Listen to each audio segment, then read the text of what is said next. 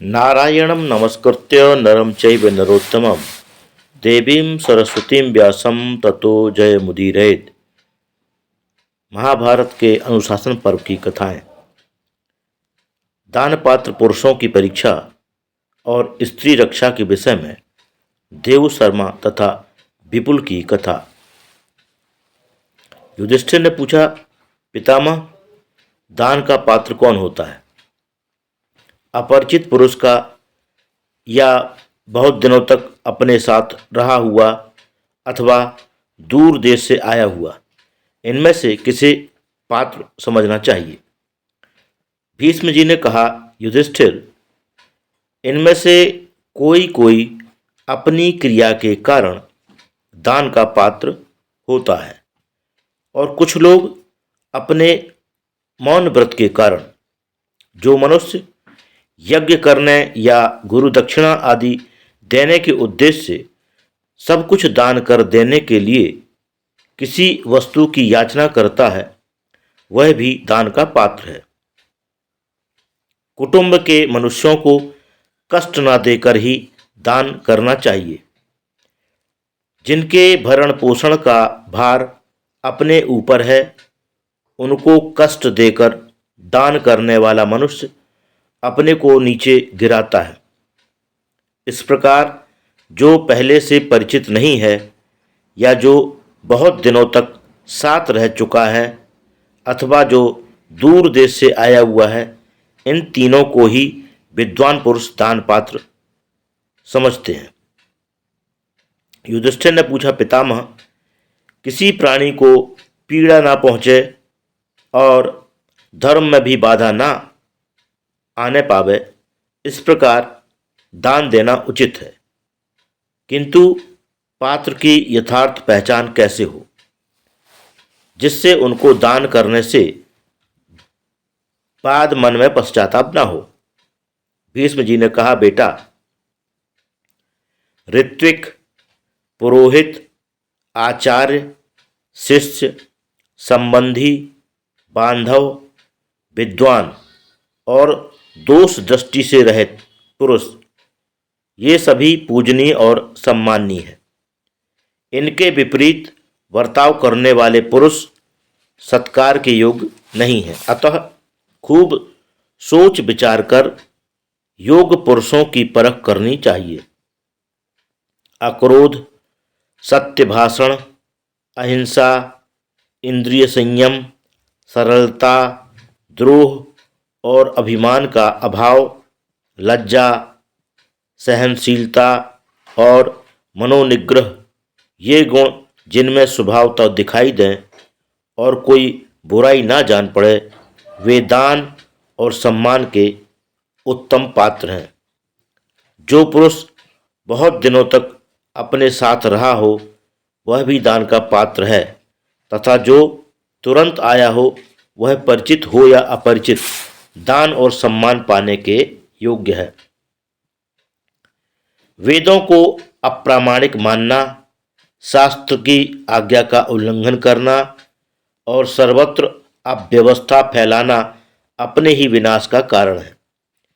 जो ब्राह्मण अपने पांडित्य का अभिमान करके व्यर्थ के तर्क का आश्रय लेकर वेदों की निंदा करता है, सत्पुरुषों की सभा में कोरी तर्क की बातें कहकर विजय पाता, शास्त्र अनुकूल युक्तियों का प्रतिपादन नहीं करता, जोर जोर से हल्ला मचाता और बहुत अधिक बोलता है, जो सब पर संदेह करता, बालकों और भूखों का सा व्यवहार करता तथा कठोर वचन बोलता है, ऐसे पुरुष को अस्पृश्य समझना चाहिए। विद्वानों की दृष्टि में वह मनुष्यों में कुत्ते के समान है। जैसे कुत्ता भौंकने और काटने के लिए दौड़ता है, इसी प्रकार वह बहस करने और शास्त्रों का खंडन करने के लिए इधर उधर दौड़ता फिरता है। ऐसे लोग दान के पात्र नहीं हैं। मनुष्य को जगत के व्यवहार पर दृष्टि डालनी चाहिए। धर्म और अपने कल्याण के उपायों पर विचार करना चाहिए। ऐसा करने वाला पुरुष सदा ही उन्नतिशील होता है। जो यज्ञ यागादि करके, देवताओं के वेदों का स्वाध्याय करके, ऋषियों के सत्पुत्र की उत्पत्ति तथा श्राद्ध करके, पितरों के दान देकर, ब्राह्मणों के और आतिथ्य सत्कार करके अतिथियों के ऋण से मुक्त होता और क्रमशः विशुद्ध, निष्काम एवं विनय युक्त भाव से शास्त्रोक्त कर्म का अनुष्ठान करता है, वह गृहस्थ कभी धर्म से भ्रष्ट नहीं होता। युधिष्ठिर ने पूछा, पितामह, पुरुष इस संसार में तरुणी स्त्रियों की रक्षा किस प्रकार कर सकता है, जो सत्य को असत्य और असत्य को सत्य बना देती है, जो सत्कार करने और ना करने पर भी मन में विकार पैदा कर देती है, ऐसी स्त्रियों की रक्षा कौन कर सकता है? यदि उनकी रक्षा किसी प्रकार संभव हो अथवा किसी ने पहले कभी उनकी रक्षा की हो तो उस विषय का स्पष्ट वर्णन कीजिए। भीष्म जी ने कहा, महाबाहो, तुम स्त्रियों के विषय में जैसा कह रहे हो वह ठीक ही है, इसमें मिथ्या कुछ भी नहीं है। इस विषय में मैं तुम्हें एक पुराना इतिहास सुना रहा हूँ, जिसमें महात्मा विपुल ने जिस प्रकार गुरु पत्नी की रक्षा की थी उसी का वर्णन है। वास्तव में तरुणी स्त्रियां प्रज्वलित अग्नि के समान हैं। ये मय दानव की बनाई हुई माया है। छोरे की धार, विष, सर्प और अग्नि एक ओर और स्त्रियां एक ओर।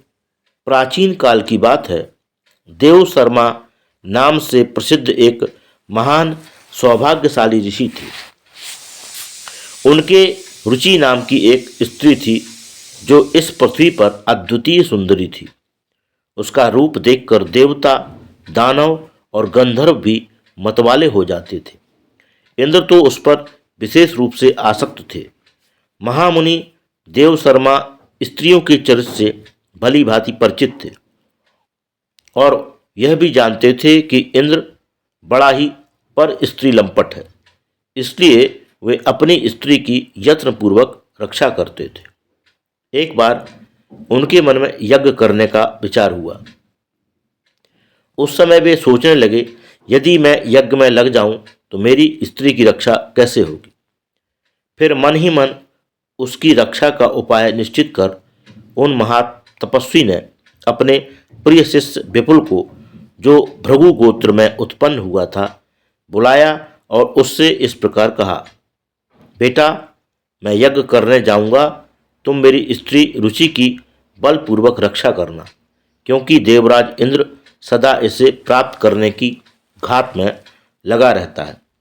उसकी ओर से तुम्हें सदा सावधान रहना चाहिए, क्योंकि वह नाना प्रकार के रूप धारण करता है। विपुल बड़े ही जितेंद्रिय और उग्र तपस्वी थे। अग्नि और सूर्य के समान उनकी कांति थी तथा वे धर्म के ज्ञाता और सत्यवादी थे। गुरु की आज्ञा सुनकर उन्होंने उत्तर दिया, बहुत अच्छा, मैं ऐसा ही करूँगा। फिर जब गुरुजी चलने को उद्यत हुए तो विपुल ने पूछा, मुने, इंद्र जब आता है तो कौन कौन से रूप धारण करता है? उसका शरीर और तेज कैसा है, यह मुझे बताने की कृपा कीजिए। देव शर्मा ने कहा, बेटा, इंद्र बड़ा ही मायावी है। वह बारंबार बहुत से रूप बदलता रहता है। कभी तो मस्तक पर मुकुट पहने, हाथ में वज्र और धनुष लिए तथा कानों में कुंडल धारण किए आता है, और कभी एक ही क्षण में चांडाल के समान रूप बना लेता है। कभी हृष्टपुष्ट और बड़ा शरीर धारण करता है तथा कभी चिथड़े पहने दीन दुर्बल देह में दिखाई देता है। अपने शरीर का रंग भी कभी गोरा, कभी सांवला और कभी काला बना लेता है। एक ही क्षण में कुरूप हो जाता है और एक ही क्षण में रूपवान। कभी बूढ़ा बन जाता है, कभी जवान। वह तोते, कौवे, हंस, कोयल, सिंह, व्याघ्र, हाथी, देवता और दैत्य सभी के रूप धारण करता है। मक्खी और मच्छर तक का रूप धारण करने में नहीं चूकता। कोई भी उसे पकड़ नहीं सकता औरों की तो बात ही क्या, जिन्होंने इस संसार को बनाया है वे विधाता भी उसे अपने काबू में नहीं कर सकते। अंतर्धान हुआ इंद्र केवल ज्ञान दृष्टि से दिखाई देता है। इस प्रकार वह बहुत से रूप धारण किया करता है। इसलिए तुम यत्नपूर्वक मेरी स्त्री रुचि की रक्षा करना, जिससे यज्ञ में रखे हुए हविष्य को चाटने की इच्छा वाले कुत्ते की भांति दुरात्मा इंद्र इसका स्पर्श न करने पावे। ऐसा कहकर महाभाग देवशर्मा मुनि यज्ञ करने के लिए चले गए। विपुल गुरु की बात सुनकर बड़ी चिंता में पड़ गए और महाबली इंद्र से उस स्त्री की खूब चौकसी करने लगे। उन्होंने मन ही मन सोचा, मैं गुरु पत्नी की रक्षा के लिए क्या उपाय करूं। इंद्र मायावी होने के साथ ही बड़ा दुर्धर्ष और पराक्रमी है। आश्रम या कुटी के दरवाजों को बंद कर देने मात्र से उसका आना नहीं रोका जा सकता, क्योंकि वह कई तरह से रूप धारण करता है। संभव है वायु का रूप धारण करके कुटी में घुस जाए और गुरु पत्नी को दूषित कर डाले। अतः मैं रुचि के शरीर में प्रवेश करके रहूंगा।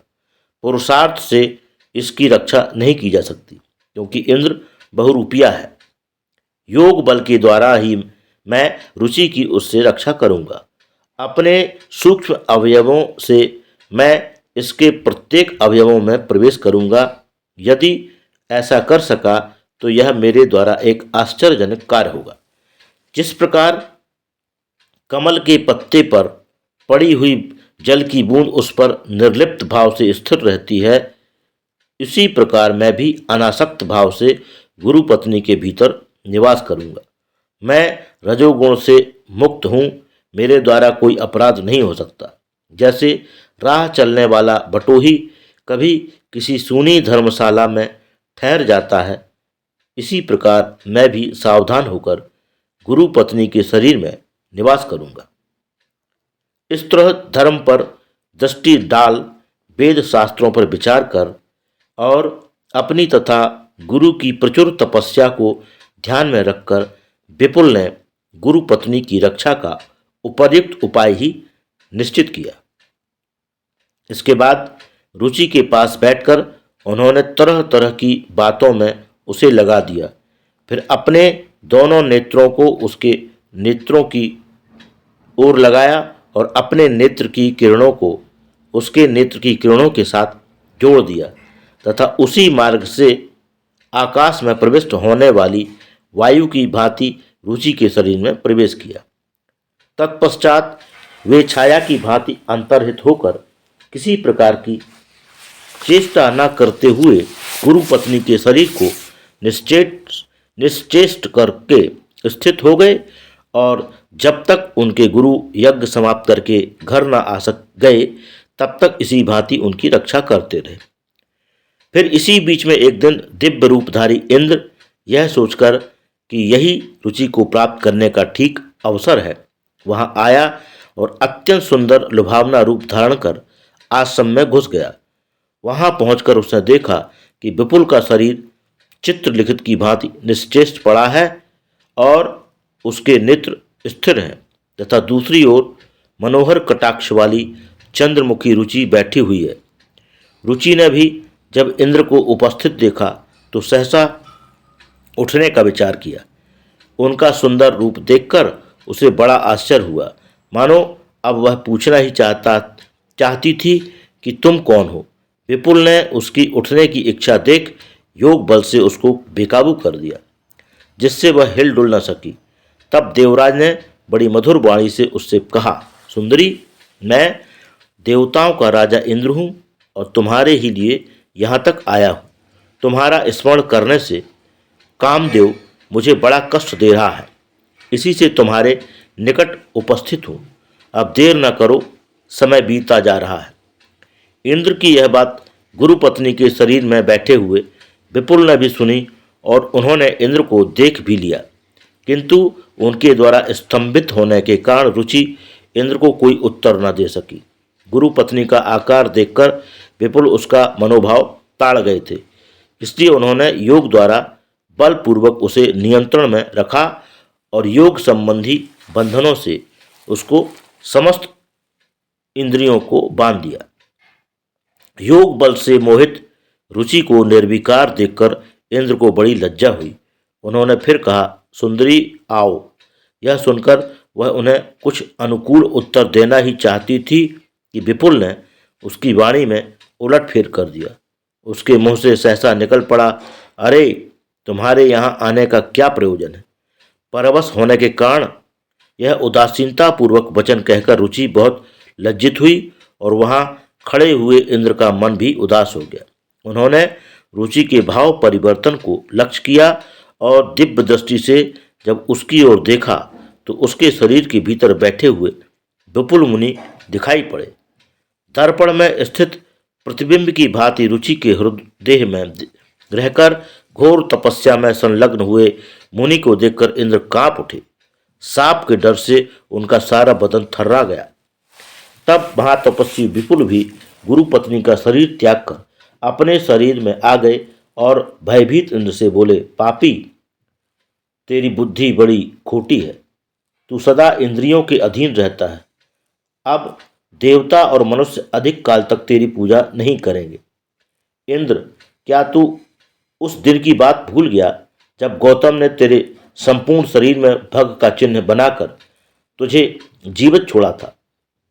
क्या तेरे मन में उस घटना की याद अब नहीं रही? मैं जानता हूं तू मूर्ख है, तेरा मन बस में नहीं है और तू महा चंचल है। पापी, दूर हो यहाँ से।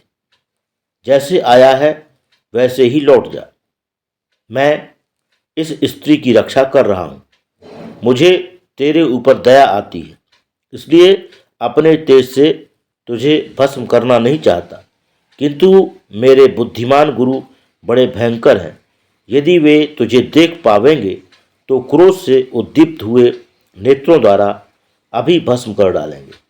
आज से कभी ऐसा काम न करना, अन्यथा कहीं ऐसा न हो कि तुझे ब्रह्म बल से पीड़ित होकर पुत्र और मंत्रियों सहित नष्ट होना पड़े। यदि तू अपने को अमर मानकर ऐसे कामों में हाथ डालता है तो मैं तुझे सावधान किए देता हूँ। यों किसी का अपमान न किया कर। तपस्या से कोई भी कार्य असाध्य नहीं है। तपस्वी अमरों को भी मार सकता है। भीष्म जी कहते हैं, महात्मा विपुल की ये बातें सुनकर इंद्र बहुत लज्जित हुआ और कुछ उत्तर न देकर चुपचाप अंतर्धान हो गए। अभी उनके गए एक ही मुहूर्त बीतने पाया था कि महातपस्वी देव शर्मा इच्छानुसार यज्ञ पूर्ण करके अपने आश्रम पर लौट आए। गुरु के आने पर उनका प्रिय कार्य करने वाले विपुल ने उनके चरणों में प्रणाम किया और अपने द्वारा सुरक्षित उनकी सती साध्वी भार्या रुचि को उन्हें सौंप दिया। तत्पश्चात शांत चित्त विपुल फिर पहले की ही भांति निःशंक भाव से गुरु की सेवा करने लगे। जब गुरु जी विश्राम लेकर अपनी पत्नी के साथ बैठे उस समय विपुल ने इंद्र की सारी करतूत उन्हें कह सुनाई। यह सुनकर वे प्रतापी मुनि विपुल पर बहुत प्रसन्न हुए और उनके शील, सदाचार, तप, नियम, गुरु सेवा, अपने प्रति भक्ति और धर्म में निष्ठा देखकर उन्होंने अपने शिष्य को बारंबार साधुवाद दिया। फिर उस महात्मा मुनि ने अपने धर्म परायण शिष्य विपुल से वर मांगने के लिए कहा। गुरु की आज्ञा पाकर विपुल ने कहा, सदा धर्म में मेरी ख्याति बनी रहे। जब गुरु ने यह वरदान दे दिया तो विपुल उनकी अनुमति लेकर उत्तम तपस्या में प्रवृत्त हो गए।